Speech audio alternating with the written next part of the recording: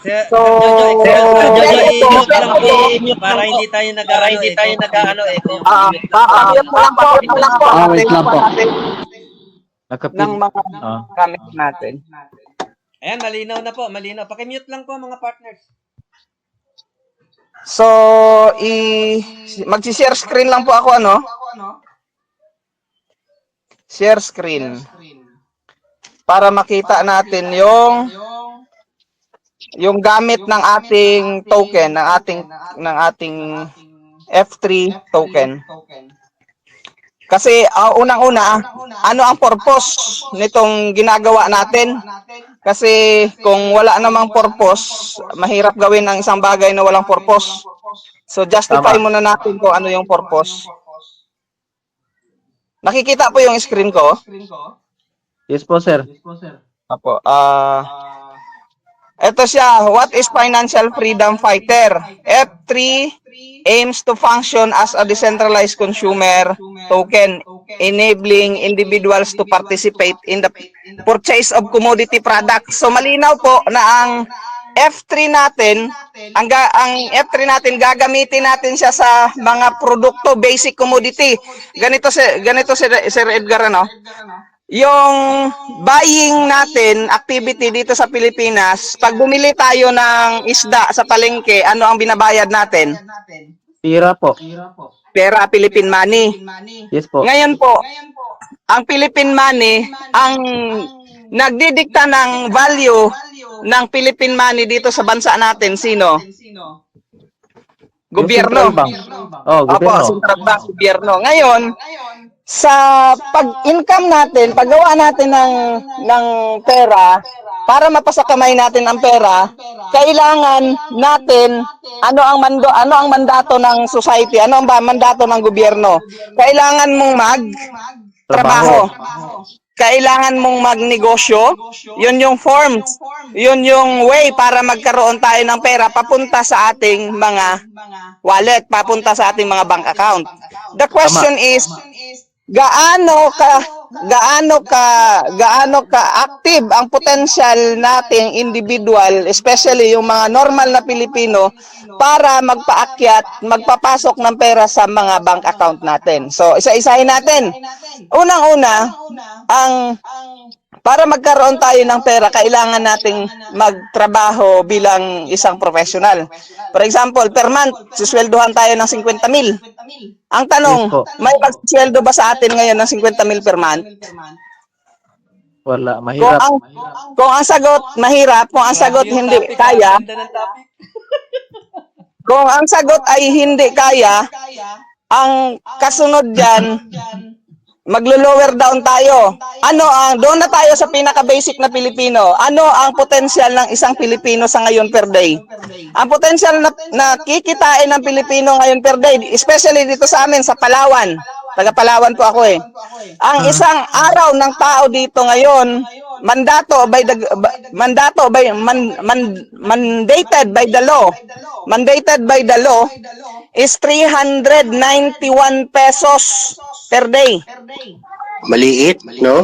Maliit lang. Yan yung mandato ng batas dito sa dito sa Palawan ngayon. At least may susweldohin. Paano yung walang trabaho? Problema talaga ng mga walang trabaho. Kumbaga, na yun, katamaran na yun. Hindi, ako, masipag ako eh. Pero wala akong makuha ng trabaho. Nag-a-apply ako eh. Apo. So, ganun ang nangyayari, ano. Ngayon, pag-usapan natin yung per day na kinikita ni Juan de la Cruz, ni Pilipino. Sa 391 pesos na yan, bibilhan mo sa umaga ng pang-almusal, bibilhan mo ng kanin, ng ulam, ng load, ng kung ano-ano pa. Yung 300 pesos na yan, 391 pesos, maaaring may iwan dyan, mga 100 pesos na lang. Or 150 sa mga nagtitipid. Ngayon, ang gusto kong iparating dito sa ating mga kababayan, na yung potential natin na mag-create ng pera is napaka less fortunate natin kapag hindi tayo nakahanap ng magandang posisyon na trabaho. Yes po. Tama ba? Tama ba? Okay. Ngayon, dito sa ating project, sir, itong Financial Freedom Fighter token natin, ito ay may konsepto ng cryptocurrency. Linawin muna natin, what is cryptocurrency? So hindi na natin i-define talaga siya ng sang-ayon doon sa definition nila. Ayon na lang sa ating pangunawa. At ito ang realidad ng cryptocurrency kasi ito si Sir August, ito talaga very observant na tao. At the same time, sa pag-o-observe niya doon sa mga crypto, mga nagpo-promote ng crypto, ang dami-daming definition. Pero sa akin, gusto kong i-define ang cryptocurrency sa napakasimpleng explanation. Ganito lang ang cryptocurrency. Ang cryptocurrency, simply as ang technology na to ay pagtutulungan ng bawat isang nasa loob ng token. Halimbawa, yung financial freedom fighter natin, yung F3 token natin, kung nasa loob ka ng F3 community, kasama ka ngayon sa paghubog ng financial freedom ng bawat isa. Sa paanong paraan? Ipapaliwanag natin. Okay. Halimbawa, may F3 token ka ngayon, bumili ka ng F3 token. Ngayon, yung F3 token na yan, pag nahawakan mo yan, ang value niyan, tataas. Paano? Sa paanong paraan tataas? Tataas yung F3 token na yan kapag may bumili kasunod mo. Halimbawa, bumili ka ng 100 pesos. Pag bili mo ng 100 pesos, may bumili sa'yo, may bumili kasunod mo pala, may bumili na kasunod mo na 3 or 5 or 10. Yang 100 pesos na token na hawak mo, tataas ang value niyan, magiging 120 or magiging 130, depende doon sa mga binili na sumunod sa'yo. Now, Tama. kung ang capital mo kanina, kung ang puhunan mo kanina sa 100 pesos, ngayon, ang value niya, umabot ng 130, kanina 100 lang, abay, ang 100 pesos mo kanina, kung ibibili mo ng bigas kaagad yung 100 pesos mo, ilang kilo lang? 2. Tama? Tama. Okay, 2 kilo. Ngayon, nung bumili yung 3 tao or 5 tao, umangat ang value, naging 30 pesos ang inangat, 130. Kanina, 2 kilo lang na bigas ang nabili mo. Nung nagka-value ng 130, pwede ka nang bumili ng isang sardinas. May pang-ulam ka na. Nagigets po natin? Yes po. Yun yung gamit. Ulitin natin, ibalik natin. What is Financial Freedom Fighter token? Ito, nasa screen ko. F3 aims to function as decentralized consumer token, enabling individuals to participate in purchase of commodity products. Meaning, sir, gamit yung ating F3 token sa pamamagitan ng pagbili natin ng mga pang-araw-araw na mga gastusin, pang-araw-araw na mga pangangailangan. At sa pamamagitan po ng F3 token, lumalaki yung value ng ating fiat money, ng ating Philippine money. So, yun po yung isang advantage ng F3 ng cryptocurrency. Now, ano naman ang disadvantage nito? Dalawa lang to, sir, eh. Dalawa lang. Una, ang advantage at ang disadvantage kasi wag natin pag-usapan for advantage. Ano naman ang disadvantage nito? Okay po. So pag-usapan natin ang disadvantage. Kung kanina pagbili mo, 'di ba kanina bumili ka ng 100 pesos worth of token. Umangat yung value. Tandaan natin 'to, ha. Tandaan natin to, kailangan lagi nating alalahanin ito kasi ito yung basic about crypto, about token. Pag once na bumili ka ng F3, kanina pinag-usapan natin, pagbili mo may bumili na kasunod mo, so naging 120, naging 130, nagkaroon ng lumaki yung value ng Philippine money mo. What if sa kabilang banda? Automatic ba yun, sir? Automatic ba na lumaki ang bili ng value ng token? Opo, pag once na may bibili lang, sir. Halimbawa, una kayong nakabili, tapos may sumunod na bumili sa inyo ng token, automatic po tataas yun. Kwan yan, real time. Ngayon, sir, pag-usapan natin yung disadvantage.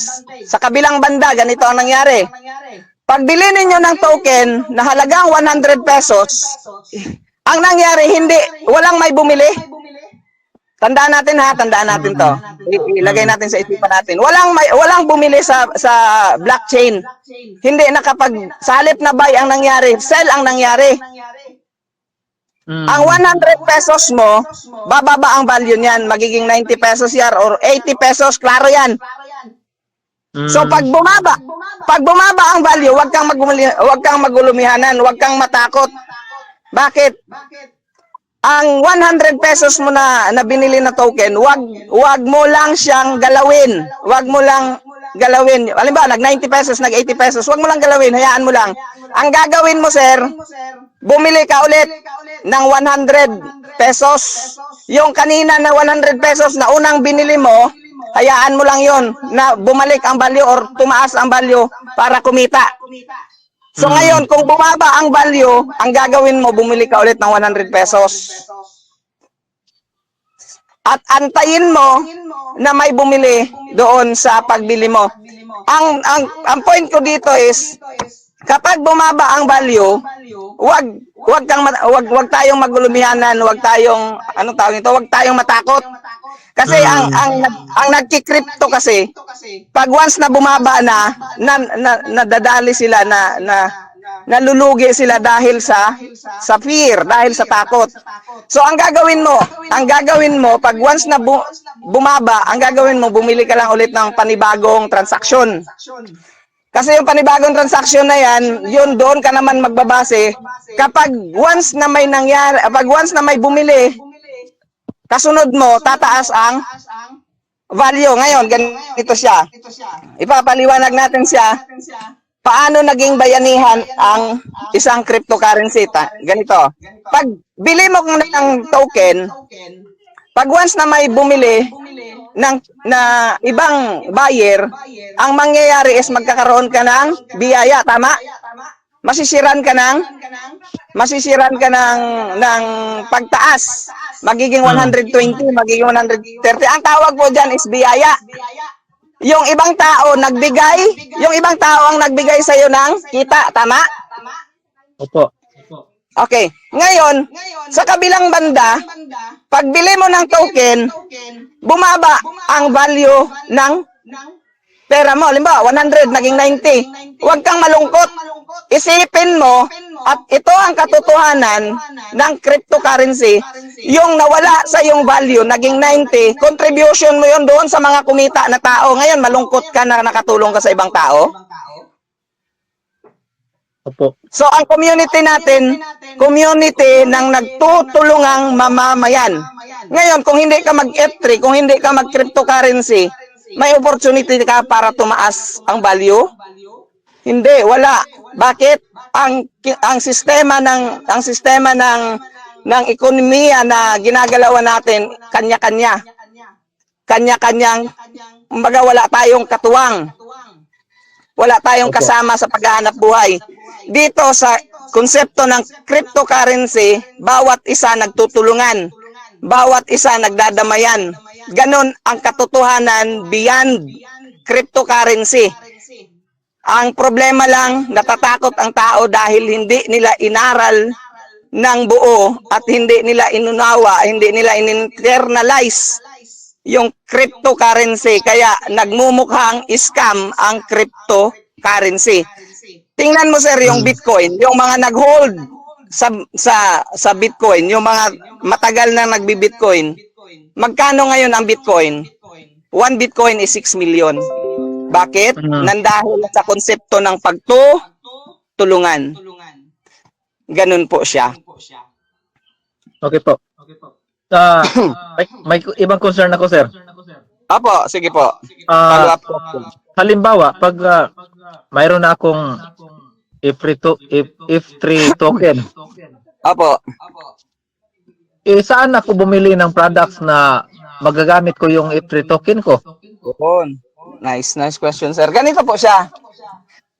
Pinag-usapan natin kanina, sir, is yung F3 token alone, cryptocurrency. Ngayon, pupunta tayo ngayon dito sa ating community na kung saan mayroon tayong gamit, mayroon tayong komunidad na kung saan doon natin ginagamit yung F3 token natin. So, mayroon tayong F3 Bazaar, sir. I-share screen ko lang po. Itong F3 Bazaar natin, para itong Shopee, para itong Lazada, na kung saan nakikita natin yung mga products sa loob ng ating F3 Bazaar. Sa loob ng ating, ang tawag dito ng iba is e-commerce. Okay po. Ano yung e-commerce? It's online buying. Na napaka gamit na ngayon gamit ang Lazada, Shopee, may bago ngayon yung Timo. So meaning hindi na tayo baguhan sa hindi na tayo baguhan sa online buying. So dito sir, itong F3 marketplace natin, itong F3 Bazaar natin, welcome po lahat dito ng mga tao magbenta. Ito po siya. Ikaw po mismo pwede kang mag-post ng products for free. So ngayon, sir, dyan sa community mo, pwedeng ikaw ang magbenta at mag-invite ka ng buyer. Parang nagtayo ka ng tindahan, pagtayo mo ng tindahan, sino ang buyer mo? Sino ang customer mo? Kapitbahay. Yes po, tama. Yan, ganun ang environment na gagawin natin. So, ang tanong mo kanina, saan ka bibili? Within the local place, kayo mismo, tayo mismo, within our area, gagawa tayo ng community na nagbibilihan. Wala nang bago dito kasi ang buhay natin, pag kailangan natin ng suka, mantika, toyo, sibuyas, bawang, saan tayo tumatakbo? Saan tayo bumibili? Doon sa mga sari-sari store. Ang tanong, doon ba sa binibili natin sa sari-sari store, kumikita tayo? Hindi. Wala. Wala tayong kinikita. Ngayon sir, baguhin natin yung sistema. Bakit? Ang industriya ng consumption, ang nakikinabang sa industriya ng consumption, ng buying and selling, ang nakikinabang lang ng malaki dyan yung mga mayayaman. Kasi sila yung nakakaunawa, sila ang nakakaintindi na may negosyo, may malaking negosyo pala sa consumption business. Sabi nga nung isang wise person yung isang nakakaalam nito, ang consumerism daw, ang consumption daw, gumagana ang consumption mula sa sinapupunan hanggang sa libingan. Ganon siya ka-powerful. Pinagkakakitaan ang industriya ng consumption mula sa sinapupunan hanggang sa libingan. Papatunayan ko. Mula sa tiyan, mag-consume ang nanay ng anmom. Mag-consume ang nanay ng gatas para sa bata. Mag-consume ang nanay ng kung ano-anong mga vitamins ng bata mula sa sinapupunan pa lang. Tama? Tama. Paglabas ng bata, bibilhan ng gatas, bibilhan ng vitamins, bibilhan ng kung ano-anong pagkain. Pag lumaki ang bata, papaaralin, pamasahe, bla bla bla, ang dami-daming gastusin. Pagtanda ng tao, lahat naman talaga tayo pupunta sa libingan. Ang matindi nito, pagdating sa libingan, binibilhan pa ng anong tawag nito si Rogos? Binibilhan pa ng sigarilyo, nandoon na sa libingan. Binibilhan pa ng alak, nandoon na sa libingan. Nilulutuan ng biko. Yun masakit, Pres. Nung buhay, hindi binibigyan ng pagkain, hindi inaalala, hindi dinadalaw. Nung patay, saka dinadalaw at binibigyan ng pagkain. Yun yung katotohanan sa buhay natin. Huwag na natin gawing komplikado yung buhay. Ngayon, sir, ganito.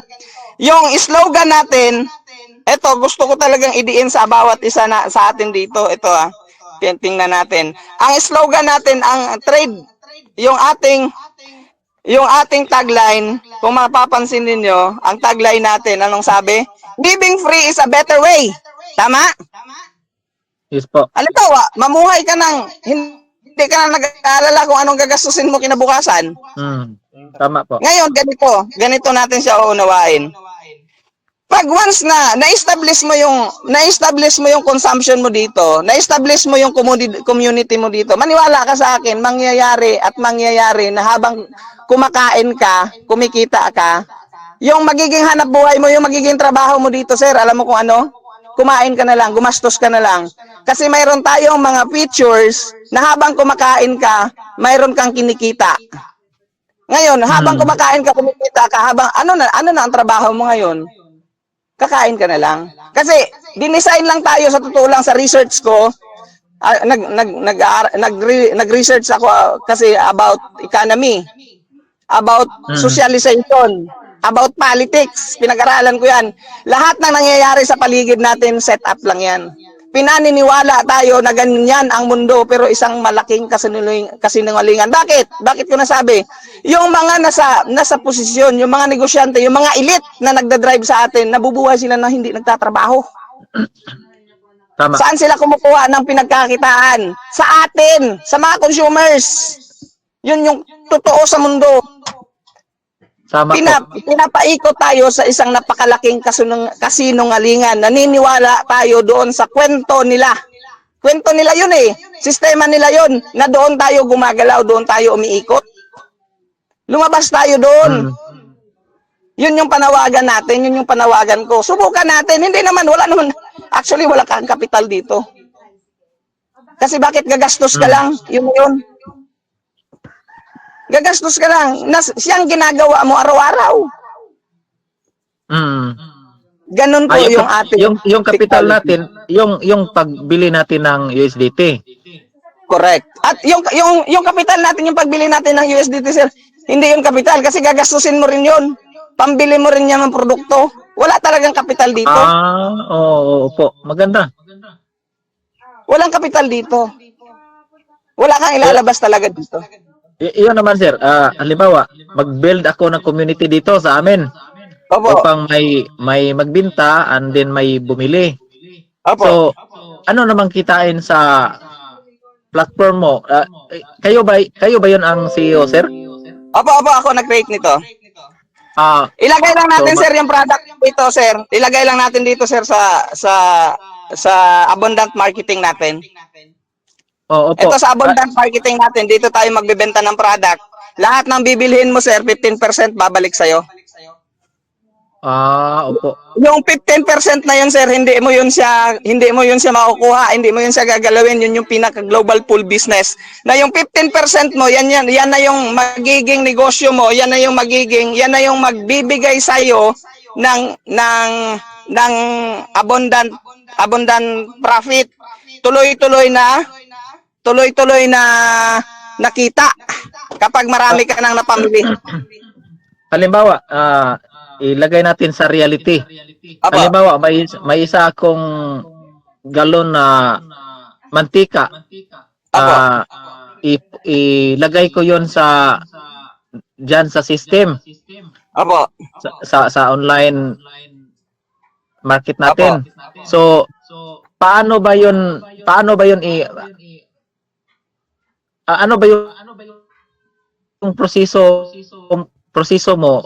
Mag-jack ganito po, up kayo sa price or mark-upping ano natin, bang sa mark-up actual na natin, price? at least 50% ng capital mo ang i-mark. Halimbawa, namuhunan ka ng 100. Sa 100 pesos, ang mangyayari dyan, magma-mark up ka kaagad ng 50%. So, magiging 150 ang SRP. Okay. Ngayon, sir, ang magiging SRP niyan is 150 pesos. Ang mangyayari niyan, ganito ang distribution of profit. Sa 150, kikita si buyer, si consumer ng 15%. So, magbibigay ka sa kanya ng 22 pesos and 50 centavos. Galing doon sa 150.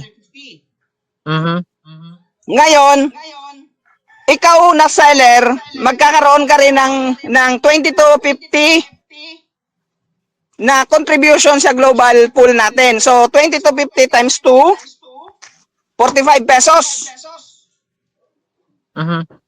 Ngayon, itong 22.50 na napunta sa'yo, sir, ay 100% yan, sir. Nakikita yan ng paulit-ulit at hindi yan matatapos ang kitaan yan. Hanggat every purchase, every sell, every sold out na ginawa mo, magkakaroon ka ng ganitong record. Yan. Pero Itong record diyan sa system dadaan. Hindi na ako mag-actual ako magbigay sa buyer ko dito. Hindi, diyan sa'yo, sir, mismo. Sa'yo yan kukunin. Ikaw mismo ang seller. Diyan rin kukunin sa'yo yung product. Okay, Diyan ka rin magbibenta. parang katulad din sa Shopee na kung akong seller, ako ang mag-avail sa Shopee ng opportunity na mag-post and then ako ang mag-ship out. Opo, opo. Ngayon sir, dito sir, wala tayong ship out dito kasi ang buyer natin, kasi commodities tayo eh. Itlog, mantika, sibuyas, bawang, kung ano yung araw-araw natin binibili, yung customer natin, kapitbahay lang natin. Gagawin natin ito sir, sa kadahilanan na gumagastos tayo na napakahabang panahon na wala tayong kinikita. Ngayon gagawin natin ito para yung ginagastos natin, kumita na tayo. Ngayon, Pero, ang advantage dito, sir, ganito. Ang advantage dito, nagbenta ka dyan, saan yung lugar po ninyo? sa Cebu po. Sa Cebu. Nagbenta ka dyan sa Cebu, ngayon, nagbenta ako dito sa Palawan. Yung benta ko dito sa Palawan, may komisyon ka, may kinita ka. Ngayon, yung benta mo dyan sa Cebu, may kita ako. Tama. Yung benta mo Sir August sa Central Luzon, may kita ka. Na hindi nangyayari sa traditional business. So karon ngayon, paano ko ibigay yung sa global poll yung 2250? Ayun, matik na yun, sir. Pagpasok dito, automatic na yun. Pag-click, automatic na yun, pumapasok na po yun. Pumapasok na po yun, systematic na po yan. At makikita mo na... Okay. Kasi dyan naman ang bayaran sa system. Opo, system. Gamit ang F3 natin. Maganda. Opo. Yun yung, ulitin ko po sir, ang kagandahan nito, sa lahat ng sale. Dahil automated na po lahat. Automated na yung system. Opo. Sa lahat ng sales na hindi ito ganito ang advantage nito. Nagne-negosyo tayo na ang negosyo natin lahat ng komunidad nakikinabang ang bawat isa. As in, hindi lang siya ganda, napakaganda. Ay kaya nga sabi ko kila Sir Rogos kung may sistema pa na mas maganda dito, ipakita sa akin, ipakita sa atin kasi hinto natin to, doon tayo sasali sa kanila. Kung may mas gaganda pa rito. Pres, ang pinakamalupit dito, ito ang negosyo, no? Na walang puhunan. Bakit? Opo. Kailan naging puhunan yung kinakain mo? Tama Ganun po. siya natin unawain. Kaya So yun po, pwede na po kayong mag-start. Pwede na po kayong mag-download ng app, pwede na po kayong mag-install ng app. Libre ang app natin. Wallet app at saka yung ating basar. Libre po yan. So ito sir, kasi kayo ang CEO, kayo ang nag-formulate dito. Opo. So ano ba yung status sa company mo? Mayroong physical na office or main office na tinatawag na main office? Sir, ang main office ko sir, ang ating project naka-address po yan dito sa bahay. So, when it comes to main office, pag-uusapan natin main office, ang pinaka-main office itong bahay ko. Like Google, like Amazon, Yan nga like... sabihin ko, Sir Mark, na lahat Opo. ng nagsimulang malalaki, ang office ni, ng may-ari ng SpaceX, yung garahe ng niya, ay yung mismong bahay niya. Yung isa naman, si, Steve Jobs, yung garahe ng nanay niya. Ibig sabihin, nagsimula lahat ng mga offices na yan doon sa maliliit na paraan sa mga bahay-bahay lang. Pero later, yung mga office nila nag-create ng maraming bahay para sa mga member. Correct. So ibig sabihin sir na kayo pala ang CEO, kayo din ang yung IT mismo na nag-create sa system or may Mayroon akong Coach George, pasilip na lang pa-mute muna. Mayroon akong developer. Ang developer ko is Batman. Pero basically alam ko ang coding, kaya ang project natin, kinukuha ko yung source code, hawak ko yung source code. Pagdating sa deployment sa pasar lang natin ang minamanage natin kasi yung ating cryptocurrency wala na yan, hindi na mapapago. Yung ating F3 token, immutable na yan. Alam yan ni Sir August, kaya nandito si Sir August. Dahil sa beauty ng blockchain, ng beauty ng cryptocurrency. Pag sinabing cryptocurrency, pag sinabing blockchain, pag na-deploy na yan at verified na immutable, pag sinabing immutable, hindi na yan mababago, habang panahon. So, So, ang ang minimanage na lang natin yung ating basar. Yung ating basar, ako yung may hawak na source code, ako yung nagdi-deploy sa tawag ito, nagdi-deploy sa host.